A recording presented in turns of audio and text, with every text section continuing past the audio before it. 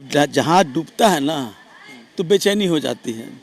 अब बेचैनी में कई तरह की अभ्रंश बातें, कई तरह की बातें, कई तरह की किंवदंतियाँ उनको याद आती है और वही सबको वो उल्लेख करते हैं। और उनके जो वंशज रहे हैं, उनके वंशज हैं तो गोवल्स उनके पूर्वज रहे हैं, तो उनकी जो नीति थी उसी नीति तहत है। क्योंकि आरएसएस गोवल्स को मानने वाले लोग हैं, हिटलर को मानने वाले लोग हैं, तो उनकी नीति के तहत वो बोल रहे हैं हमको उससे कुछ कहना जाना नहीं है।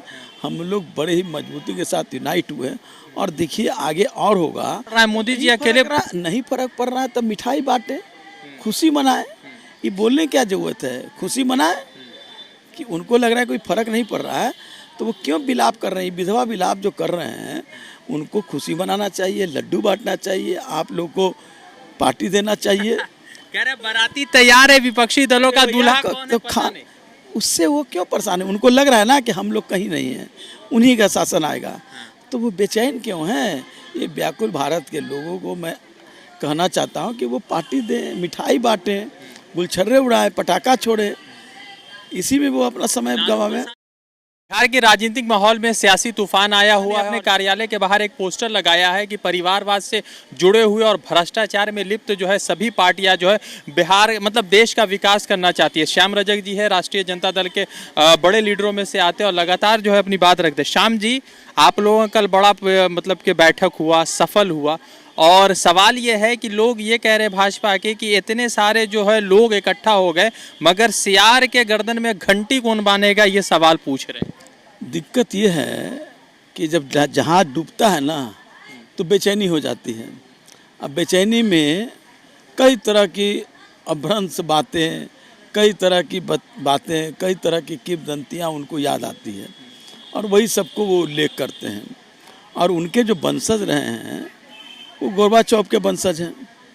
उनके पूर्वज, उनके गोरबाचौफ जो हिटलर के प्रचार मंत्री थे, गोरबाचौफ नहीं, गोवल्स के उनके वंशज हैं, तो गोवल्स उनके पूर्वज रहे हैं, तो उनकी जो नीति थी उसी नीति तहत है।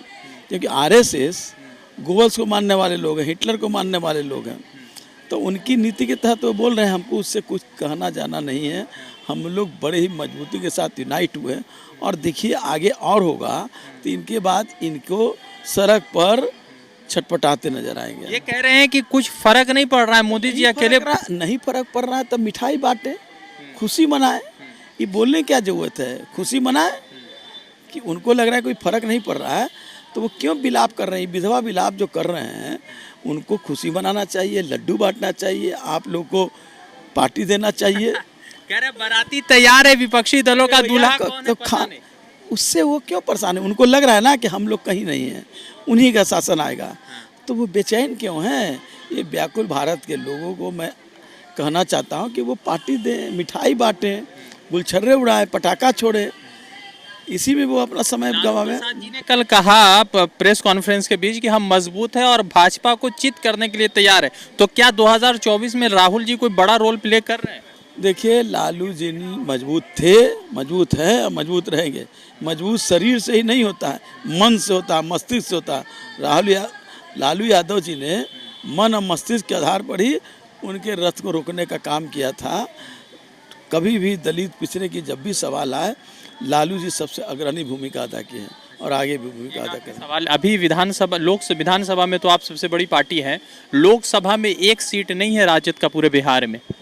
हम लोग लड़ रहे हैं भारतीय जनता पार्टी को नेस्तनाबूद करने के लिए। सीट बढ़ाना, सीट घटाना, ये तो अपनी आपस में बैठ कर तय कर लेंगे, लेकिन हमारा लक्ष्य है भारतीय जनता पार्टी जो देश को तोड़ना चाहती है, देश को बिक्री कर रही है, देश को गुलाम बनाने की साजिश कर रही है, उससे छुटकारा दिलाना। बिहार से पहला पीएम मिलने वाला है देश को, ये तो जनता तय करेगी। तो श्याम रजक जी से बात हो रही थी और उन्होंने कहा कि जिस तरह से 2024 की तैयारियां लगातार जोरों पर है, तो उसमें जो है ये कल का जो मीटिंग हुआ है वो कुछ ना कुछ बड़ा बदलाव रखेगा। रज़ान सारी की रिपोर्ट। द इंडियन खबर, सच आपके सामने।